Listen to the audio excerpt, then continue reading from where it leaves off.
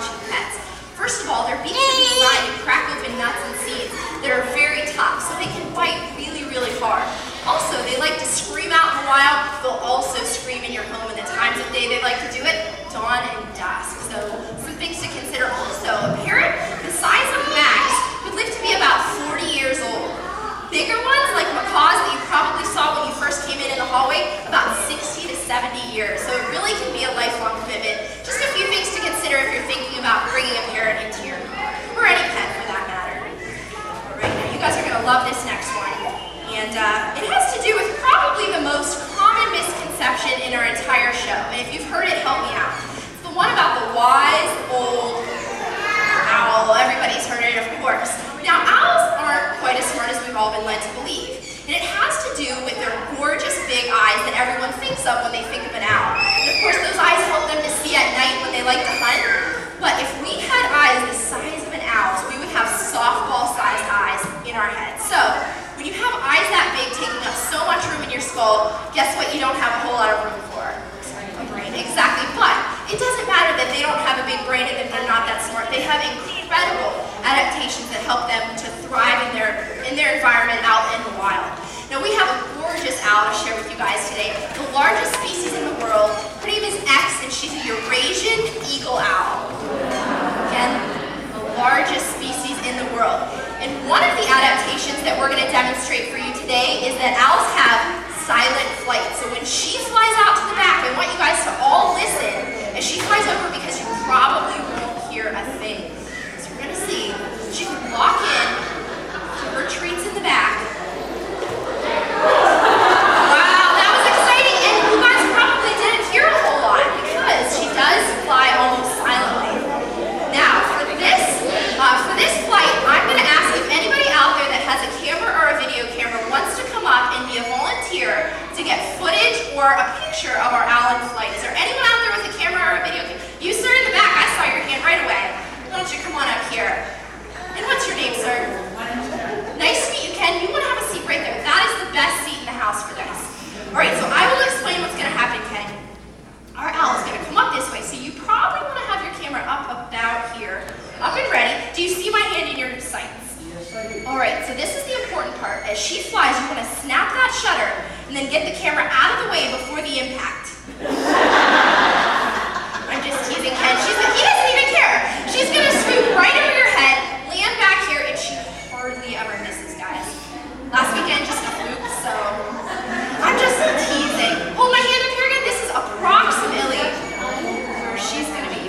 He is all business. He wants this shot. All right. All right, we ready? She's ready. All right, Ken. Oh, maybe not. Here, ready? Here we go. Come on up, Bex. Here she comes. Woo! Do you think you got it? Well, you know what? If you want to stand up and take another picture or two while she's sitting here nice and still, we can keep her up here with the tree. Ken, here, let me give you this photo button in case anything turns out blurry. How about a big round of applause for Ken, our wonderfully brave volunteer. Great job. Oh, she's so beautiful. Oh, she is. Sorry about that. Next time, any